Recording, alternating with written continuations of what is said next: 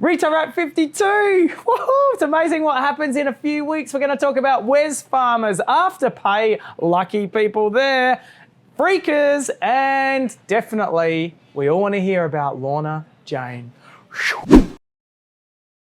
Wesfarmers has made a bid for Australian Pharmaceutical Industries, who owns Priceline and Priceline pharmacy stores around the country. Well, that was quick. The API have rejected Wesfarmers' unsolicited $687 million takeover bid, stating the board has unanimously concluded that the indicative proposal undervalues API, is not compelling and is not in the best interests of API shareholders. API also called the bid opportunistic, but Wesfarmers CEO Rob Scott has defended the offer, saying, "We feel this is a really attractive offer." Interestingly though, API have reported reopened merger talks with rival Sigma Healthcare, but nothing has been announced on the ASX as of yet. Suckers. Well, that didn't take long, did it? One thing we all know, Wesfarmers is not gonna go away from a play in pharmacy. What we all do know is pharmacy is a very tough angle to play in.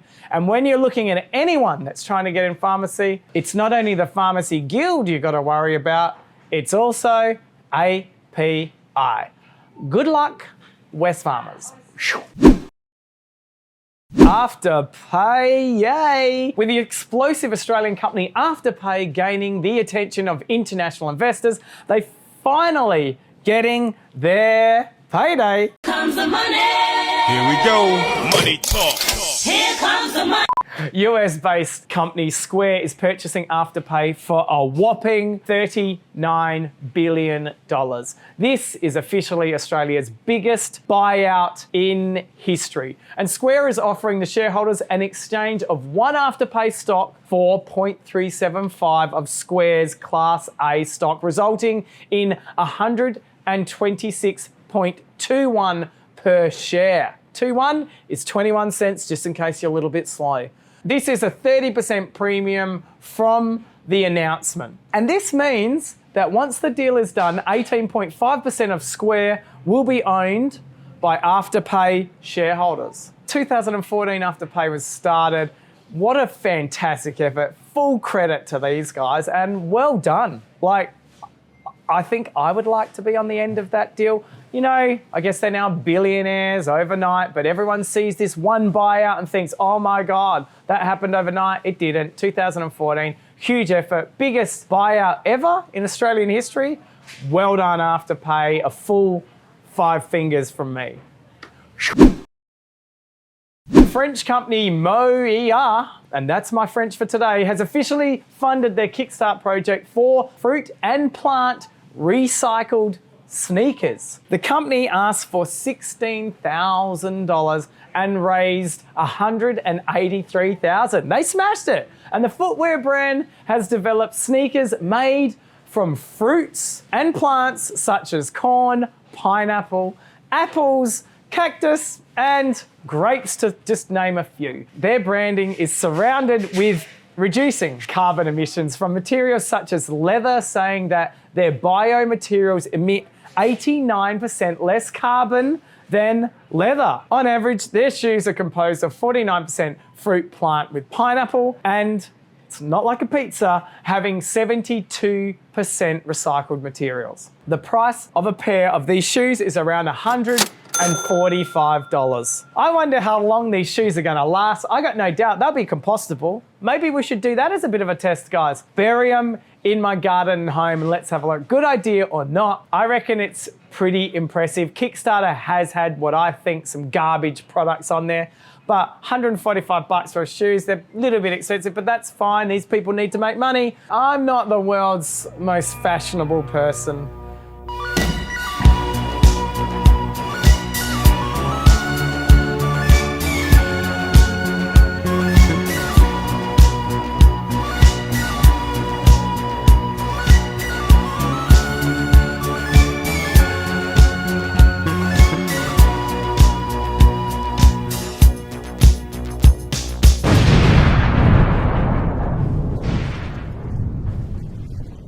No, they look cool. I'm curious to see what they're like. I hope if I order them, they haven't decomposed before I get them.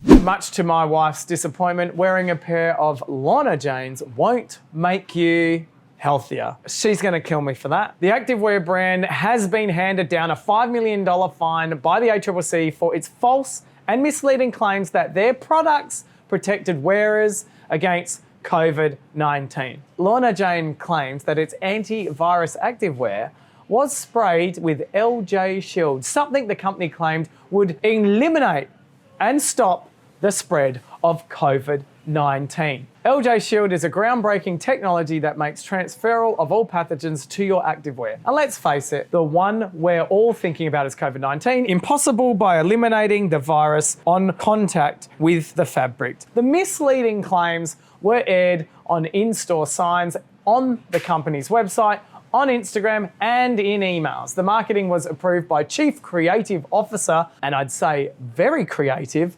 Lorna Jane Clarkson. But business representatives admit in court that the claims had no scientific backing, nor did they even test the claims, instead blaming a supplier for leading them to believing that the technology behind LJ Shield was being sold elsewhere in Australia, the US, and China. Is this what they call profiteering during a pandemic? To make claims like that on your marketing material that weren't backed? Seriously, Lorna Jane, you should have a good hard look at yourself. And really, you have a moral obligation to what you are telling your customers and your consumers. $5 million fine was probably a slap on the wrist for what you actually sold. If this product actually worked, then the world would have nothing to worry about. Good old Lorna Jane, maybe you should not be a doctor. Just when you think you couldn't pack any more into such a short segment, we did. There you have it, LinkedIn, exclusive content for you. If you want stories, let us know. And make sure you share this content with whoever you like. Bye. Lorna Jane, freakers, and something else. Let's get straight back into it. Afterpay. Afterpay, yay! How happy are those two guys? Yeah. I'm happy. Yeah. Well, Ollie, little Ollie's happy. Ollie's $5 has gone to $15. Yay. 8 years, billions of dollars. Pfft, I wouldn't waste my time. Afterpay gaining the attention of antenna. Sit down, hold your horses. I don't know what that means. Can you get the Putin photo in the calendar of me riding a horse? That is the best thing to put in it. Riding horses? No? How's my other pay going? How's the one we're in? Oh, you pay? Yeah. Still at like 25 cents. So ours is dodgy. It's in Malaysia, that's why. French company, what is that? MOE. Their budget is surrounded with lowering. Their branding is surrounded with lowering. That's a tough word for me to say. Their branding is surrounded with I cannot say lowering.